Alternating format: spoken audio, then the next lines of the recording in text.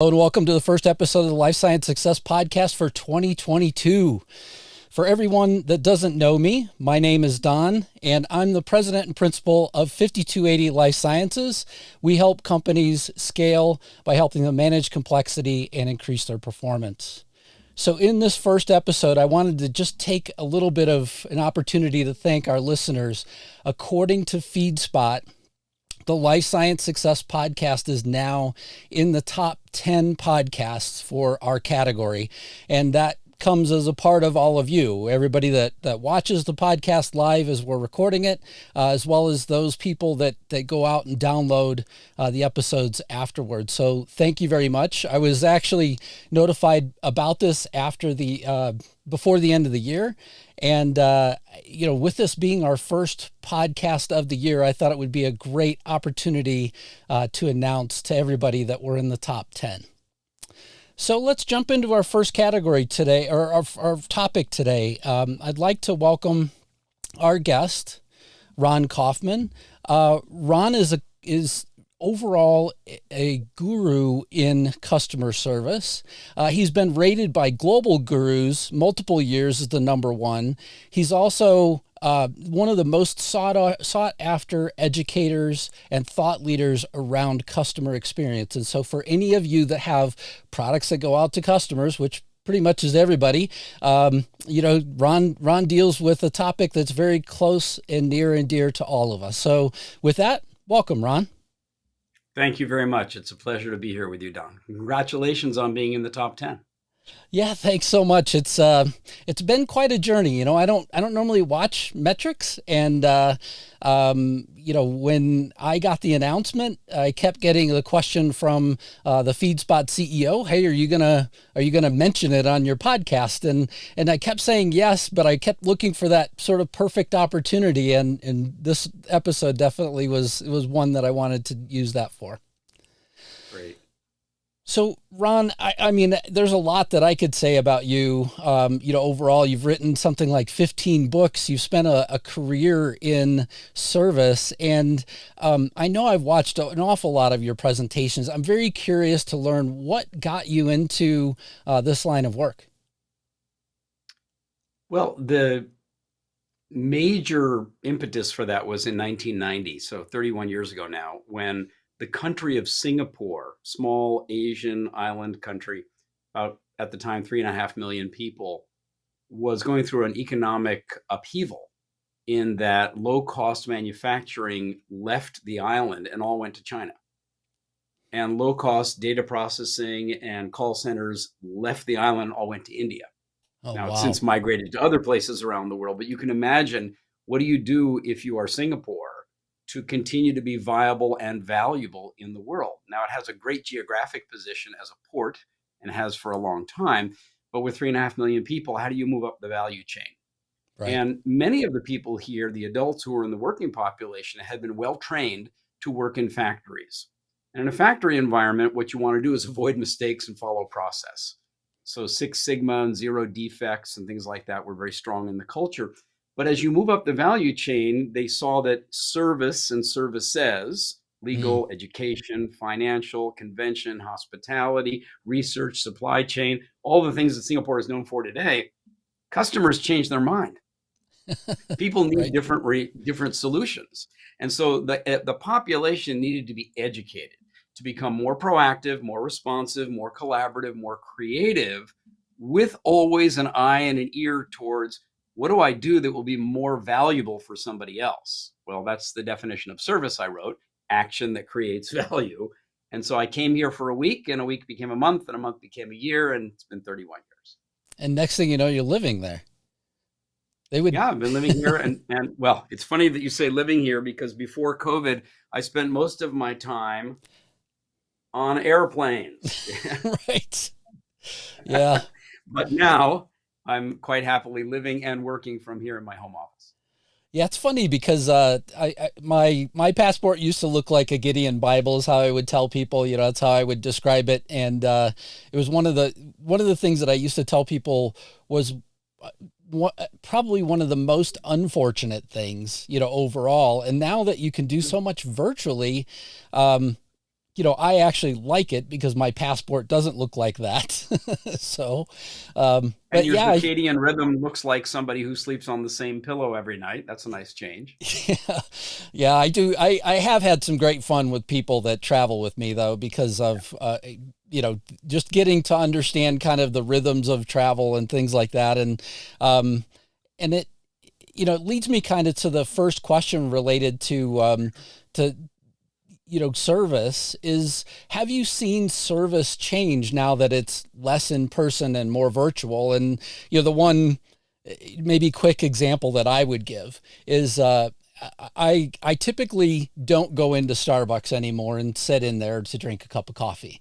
However, I do still occasionally have a cup of coffee from Starbucks, and it normally comes through the app. So I pull up the app on my telephone, and what amazed me in my recent visit is that they called me by name, similar to what they would do normally whenever they would hand you your cup of coffee. And I noticed the change. And so, I'm just curious what you're starting to notice in terms of virtual versus, live interactions with regards to service. Well, it's a huge terrain that you've opened up there for conversation. I would say that let's start with some fundamentals that service is taking action that creates value for someone. Action that someone else doesn't value is called waste. Anybody in a Sure. manufacturing environment understands that. In a service environment, we should understand that as well. So Right. then the question is, what is it that people have valued in this pandemic era when there's less face-to-face and there's less interaction? And of course, we've seen the cloud-based world, the app-based world, the mobile-based world just basically explode. And you gave one example of that. Now, you also pointed your finger at that interface between the human and the AI-enabled service capabilities. And we're at the earliest stages of that right now. Yeah, for So you sure. realize that, where we are with Siri being able to recognize your voice but still make spelling mistakes, or Starbucks recalling that because you use the app, they know it's you and they're going to call you by name.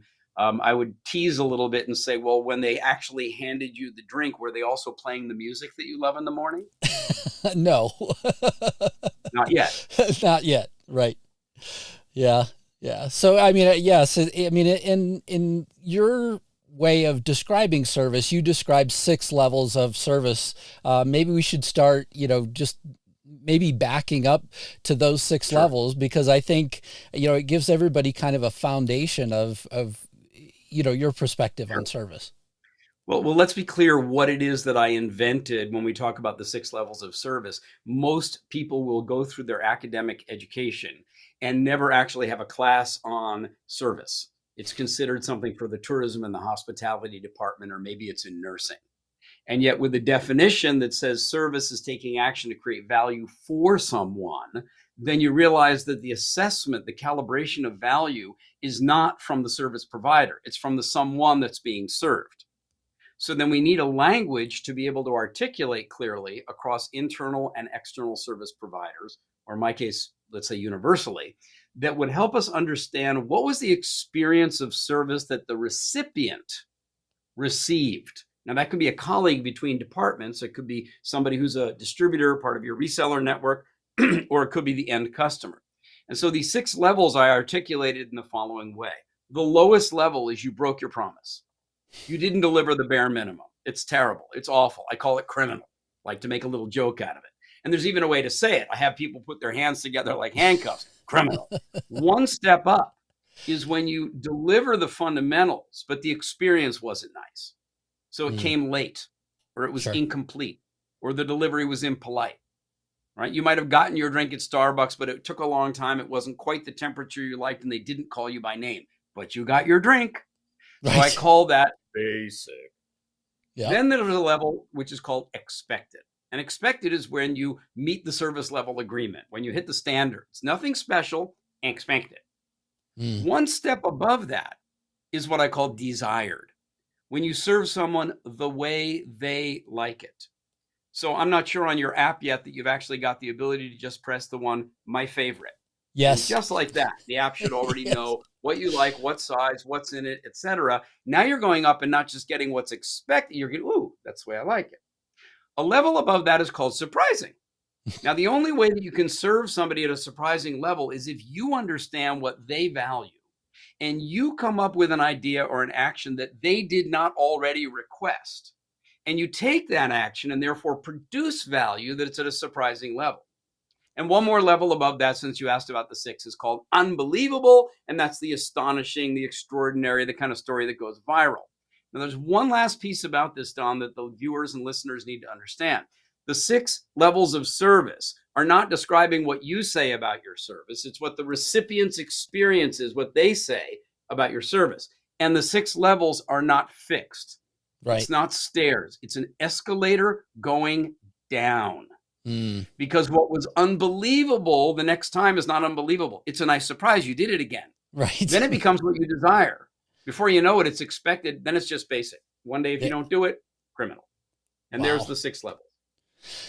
Yeah. And so in your view, who has this right? I mean, who has, kind of, the top levels of service right in a virtual world? I would say maybe we start there and then we can go back to a physical world as well.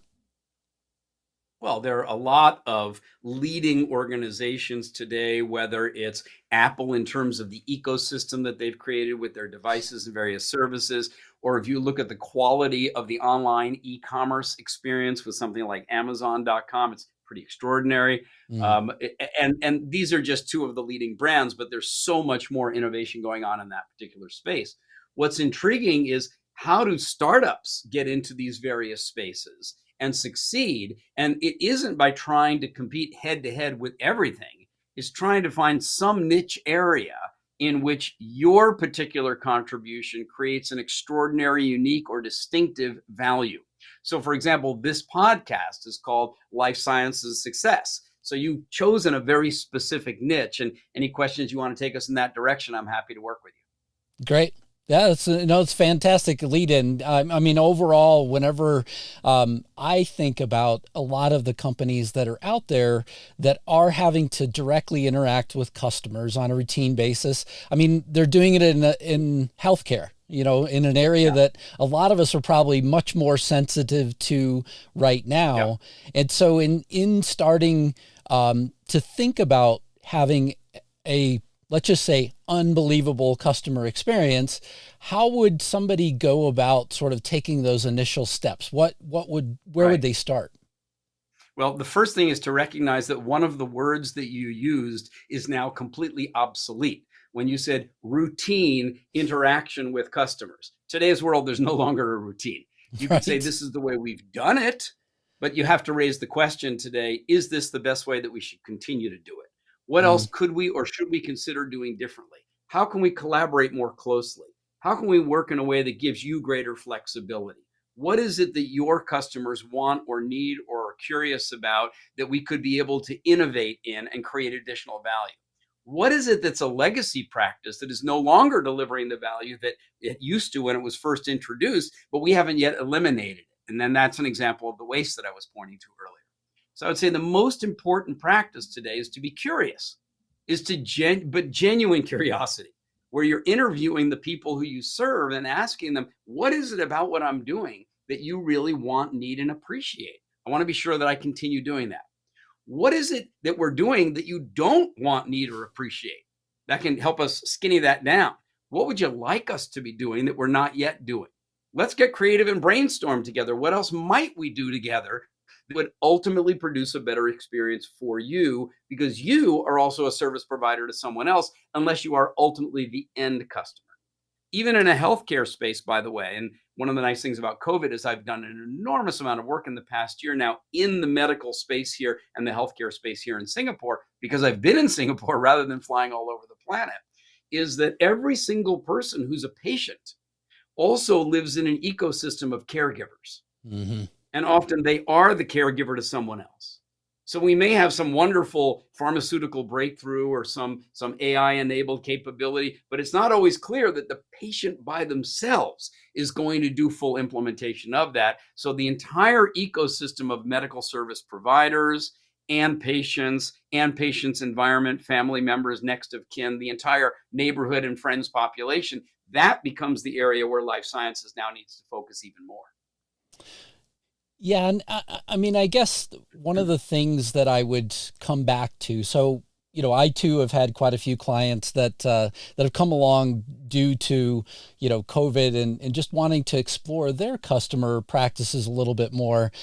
And what surprised me in my sort of discussions, and I'm by far nowhere near as highly rated as you are in terms of your service guru expertise, is this idea of forcing the customer journey on the customer. And so, I had one particular client that essentially said, hey, look, this is what we want to do. We want to provide, results to the customer, within, hours or minutes of getting the diagnostic. And essentially the customers were saying, hey, look, I need the answer when I turn to go get it. I don't want it forced on me. I don't want you messaging me. I don't want you, sending me all sorts of information about the fact that it's ready. And, but whenever I open my app on my phone or I, go to my computer to go log in, I want the information to be there. And essentially this company kept saying, but we want to provide it to you. And so, right, because in our world, we think immediate notification must be valued by everybody else. And there's a great example where they will set for themselves an internal KPI of notification within X number of hours. And then they'll hit it and they'll pat themselves on the back, but they will lose market share because customers are over here saying, you didn't give me the choice. Right, right. So I guess that leads me back to another question, though. How do you get what I would say is the real customer's voice so that it's not overridden, one, by clients of yours, or two, it's not, also sort of formed in the way that that the client wants it to be, right? So how do you get back to that very basic, customer experience? Yeah. The issue there is not in the voice of the customer, it's in the listening of the service provider. So the conversation is always both parts, right? We say, let's capture the voice of the customer. Yeah, but what do we do with it? So I give you an example. I met recently with a very esteemed gentleman who's been CEO of a number of hospitals here in Singapore, still very active in the population health space for the nation. And he was talking about a hospital that he took over many years ago. And there was a certain, almost an arrogance amongst the senior medical professionals. And of course, if you look at the way medical education works, you can understand perhaps, how that happens. We see it in the community. And he was concerned that the very senior medical professionals, doctors, clinicians, weren't really listening carefully to what the patients had to say.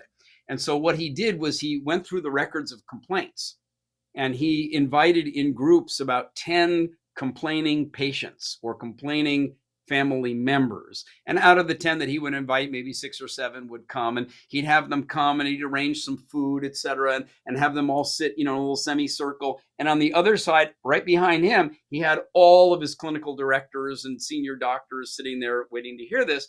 And what he said to the patients was, what we need you to do is essentially scold us. Tell us the truth. Tell us what happened. Tell us how you felt. And he made very clear to all of his colleagues, you don't get to say anything. You have to sit. You have to listen. Now, what he also said to the patients was, see all that nice food over there? We don't get to share it with you until you tell us.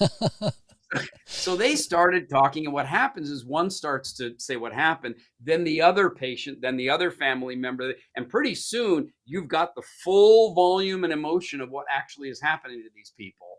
And you've got the clinicians sitting there not wanting to hear this. Right. And at the end of the session, he turned to the clinicians and he said, now you can answer. All you can say is, thank you. And then they went and they had their food together. And he did that over and over and over again. They're legendary. They're called scolding sessions. But I want you to hear what it is he was modifying. Not the voice of the customer. He was modifying the listening of his colleagues. And after a certain number of sessions, they started to get it. Sure. Yeah. And I mean, I guess the one takeaway that I would have from that is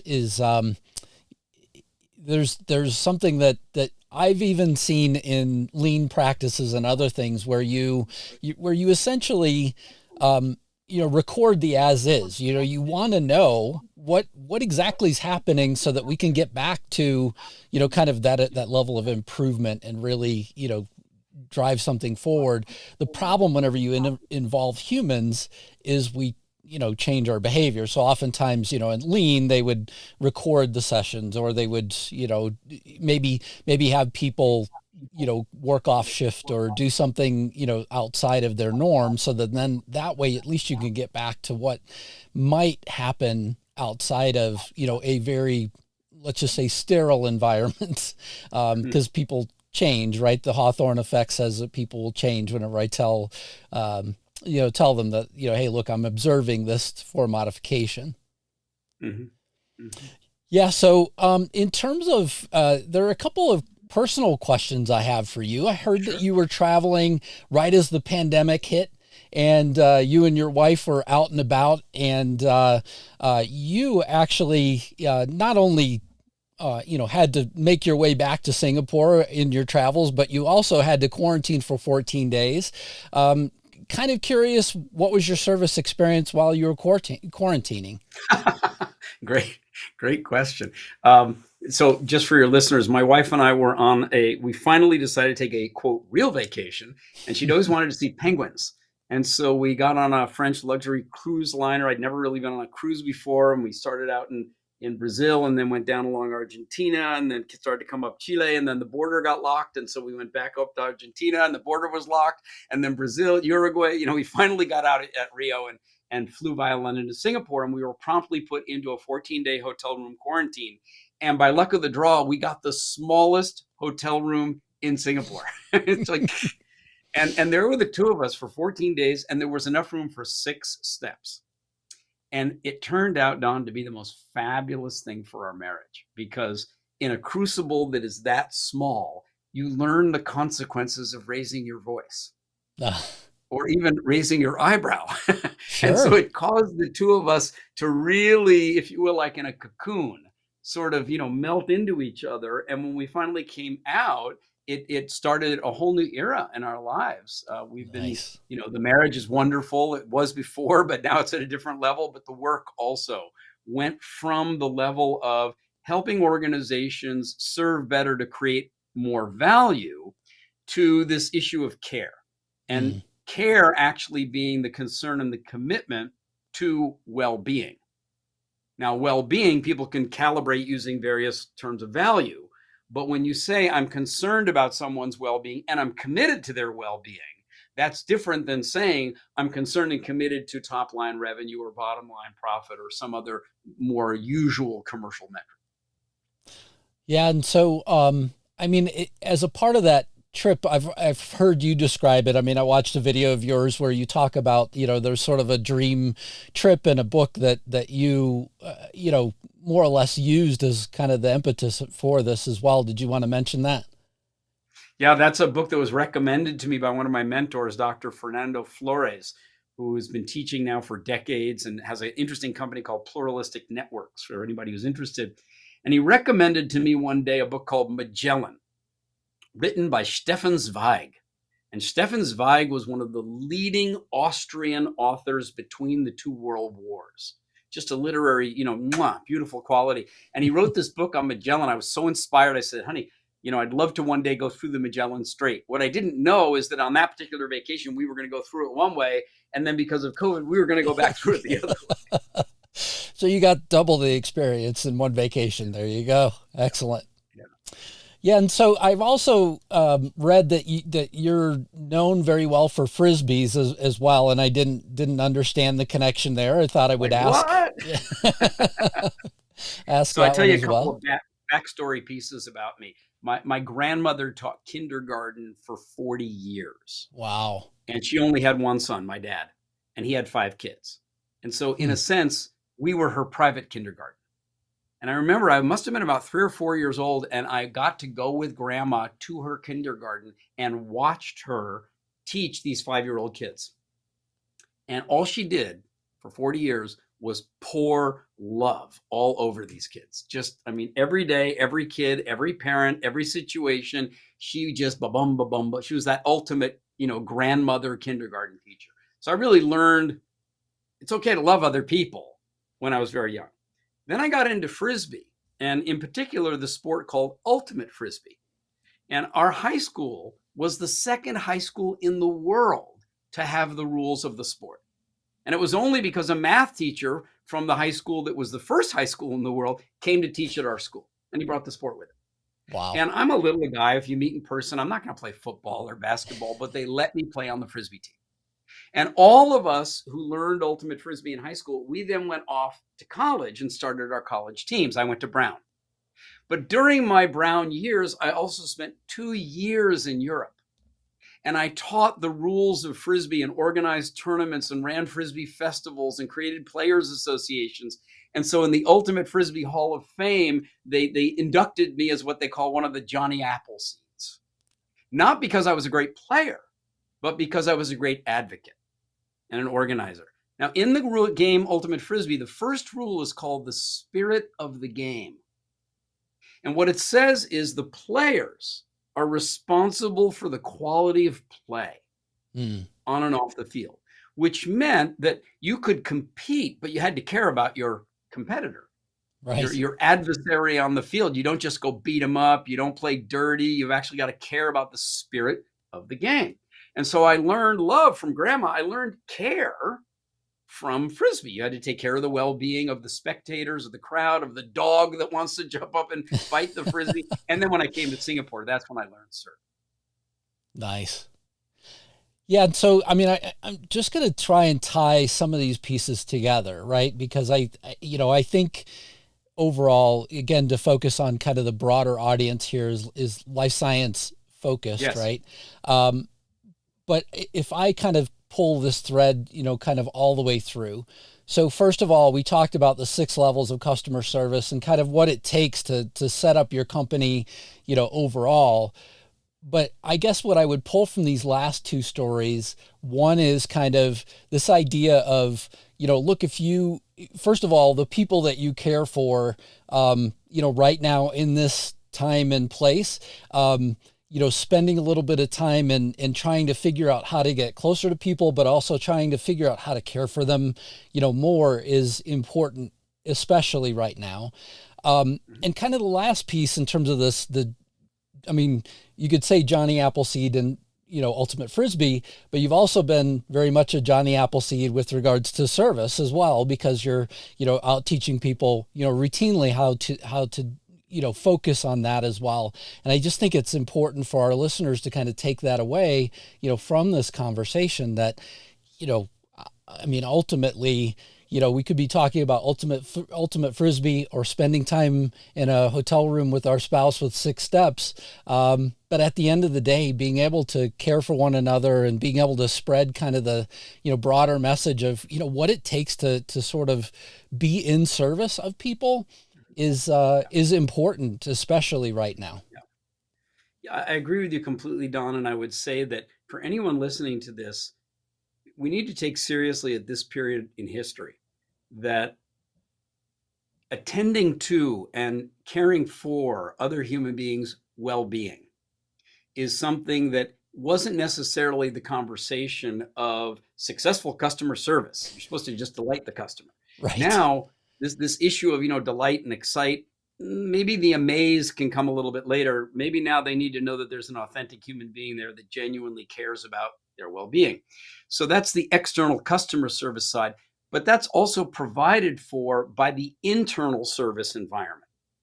And so those 6 levels are just one of the tools of an entire architecture to help organizations look at how do we improve the quality of service that we provide externally, also internally, but also how do we build a culture of continuously uplifting and improving service and care. And I think that is really the much larger challenge for the future. Yeah, absolutely. And it kind of brings me to one of my last, questions overall. And I'm going to try and hold up my prop here, and you'll know what this is the moment that you see it. There you go. Yep. So in the book, Uplifting Service, you talk about on page 61, you talk about, this paperclip moment in terms of an organization. And I kind of come back to that even in my career, that there were certain moments that I've seen with different organizations where you either have the opportunity to shine or not. Right. and Right. and leaders have to choose. Maybe you want to take a moment and describe the paperclip first, and then maybe we kind of come back to the question Sure. of how do you decide? Yeah. And by the way, for those who are interested, if you go to YouTube and you type in my name, Ron Kaufman, and you type in either paperclip or what's my coin, because these are two sides of the same issue. And what they're both speaking to is there are very small things that you can do that can actually send out a very clear message without having to write memos, without having to change company policies, et cetera. The paperclip story is one where it was Konosuke Matsushita visiting a factory that had cleaned up, in anticipation of his arrival, rolled out the red carpet. And he was a fanatic for housekeeping. And one of the things that he did is he walked down the red carpet. Out of the corner of his eye, he saw underneath one of the big industrial machines a paperclip on the floor, and literally stopped on the red carpet, turned, walked over, squatted down, picked it up, held it up in the air, put it in his suit pocket, went back to the red carpet and kept walking. Didn't say a word. Shocked the heck out of everybody, and boy, did they get the message. Yeah. Right. So there are little things like a PS in an email to a supplier. It simply says, PS, I just want to say thank you for being one of the organizations that we count on to help us be successful with our customers. It could be a customer has a complaint. You're sitting in a meeting with some of your team members and you don't roll your eyes and say, oh, that guy, right? You instead are the one who says, let's look at this again from fresh eyes. Yeah, et cetera, et cetera. So just the power of a small gesture can be leveraged quite significantly. And I think all the more so in this particular era where so many of our normal practices have been disrupted. Yeah. And I mean, I think one of the big things that continually comes back that I frequently hear is just the overall cost of, what is the cost of, good service? Well, the cost of not good service is pretty expensive from my point of view.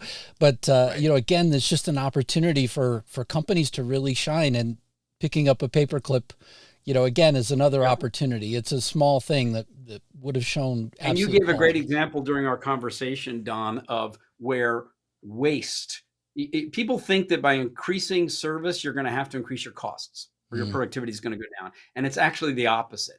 Because if you understand that action that creates value, that's good service. Action that isn't creating good value for the other party is waste.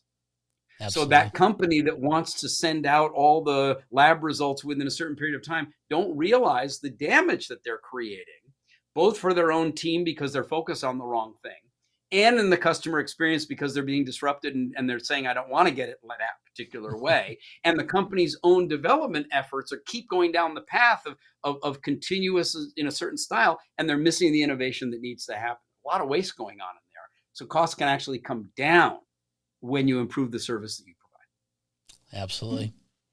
Well, Ron, there are 3 questions that I like to ask every guest. So first of all, what inspires you? What inspires me right now is how many people in the world are looking with some authenticity, with deep questions about what does it mean to live well in the world. You and I grew up in a post-World War era with scientific progress and capitalism, et cetera, the American hegemonic style, of the planet. And it looked like success was a Lamborghini, or whatever version, Right. the big bank account, the big house, the whatever it is. And I think a lot of people today are going, whoa, hold on a second. What's the carrying cost of that for the planet? And even if I had it, would it give me a sense of actually living my life in a way that I look at my own life and say, boy, this is really, I feel like I'm contributing. I feel like I'm creating. I feel like I'm somebody here who's making the community of all of us better. That questioning that's going on, it's always been there, but I am inspired by how much more it is present today. And what concerns you? The culture that again, you and I, and most people listening to this, have grown in during our particular era of human history. I characterize it as a culture of selfish calculation. The calculation is given by science and math and being able to measure. And so, how big is yours and what's in it for me and how much do I get and what was my percentage, all that kind of thing. The selfishness came out of a misunderstanding that my self, my real self, my true self, my authentic self is in some way disconnected from you. Mm, And now we realize, whoa, wait a minute. No one can have a self unless we're part of a community, part of a social phenomenon. In right. fact, even the idea of myself only exists because there are other people who have their thoughts and opinions about me. And so what concerns me is the drift of the power of any cultural drift and the need for us to re-articulate, recreate, invite other people to participate in another way of being that will be more, if you will, to use a common word today, sustainable or evolutionarily positive for the well-being of the planet. Yeah.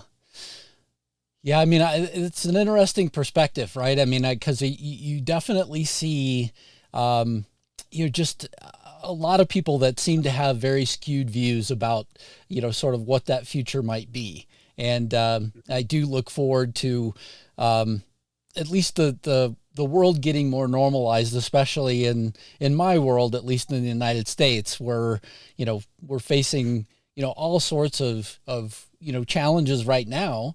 And it doesn't look like that's going to change anytime soon. And it kind of goes back to your point. Yeah, Don, the idea of normalized, I look at it slightly differently. I mean, there's Mm, so much in change going on that's not going to stop. That my challenge to anyone is, what are you going to do? How are you going to participate in a way that's going to make the world, your version of the world, better? yeah. I'm not saying you got to save the planet. That's a collective phenomenon over many hundreds of years. This is Right. something for all of us. But in your own world, your own relationships, your own life, your own health, your own well-being, your workspace, your colleagues, your family members, we can all do something to make our world a little better. Absolutely. And what excites you? To be as healthy as I am, where I am at this moment in time. Mm, So the degree of activity that is queued up for 2022 and the quality of it, as I said earlier, a lot of it is now happening in the healthcare space. And for those of you who are listening, who, life sciences podcast, you know what it feels like to be working in an area where what you do actually contributes to other people's vitality, their vibrancy, their health and well-being. And that's an extraordinarily good feeling after spending 30 years all over the world. And I've been working with every possible industry. So to be focusing more in this area of life science, if you will, or population health or medical care, or however you want to refer to it, it's very fulfilling. excellent. And what's next for you? So, I mean, are we going to see more books? Or, where do people get in touch with you? Those sort of things. I think, we should also Thanks, cover Don. as well. So Ron Kaufman, KAUFMAN.com is the website, or search online, because there's, lots on the blog, but there's also a lot on YouTube and a very active LinkedIn channel with lots of social activity going on there. As far as, what's next, when I encountered this world called customer service 30 years ago, it wasn't very well developed. Mm, And the world evolved. It was really the era of customer satisfaction. In fact, even before that, it was just service recovery. Like, customer service is where you go when something breaks. right. Then it became CSAT. Remember that era? And Sure. then it became customer delight. And then it became customer experience. And then it became customer loyalty. And then there's customer advocacy. And now I think we're really approaching customer care. But the word care, I would propose, is as poorly defined for the general population as the word service was. Mm, And so when I wrote that sentence, service is taking action to create value for someone. Now, when I would say, well, deep service, real service is taking action to create value for someone you care about. Whoa, whoa, whoa, whoa, whoa, whoa, whoa. That raises the question, what is care? And I'm working on that right now. I coined the word careology. Oh, And wow. you'll be seeing, yeah, you'll be seeing, and it's so funny to ask people in the medical profession, Doc, can I ask you a question? What's carology? And they look at you, I don't know, never heard it before. How can that be? So I'm Right. developing that right now. Well, Ron Kaufman, thank you so much for being a guest on the Life Science Success Podcast and for kicking us off in 2022. I greatly appreciate your time, and thanks so much for being here. Privilege and a pleasure. Thank you, Don, and to all your viewers and listeners. Thank you.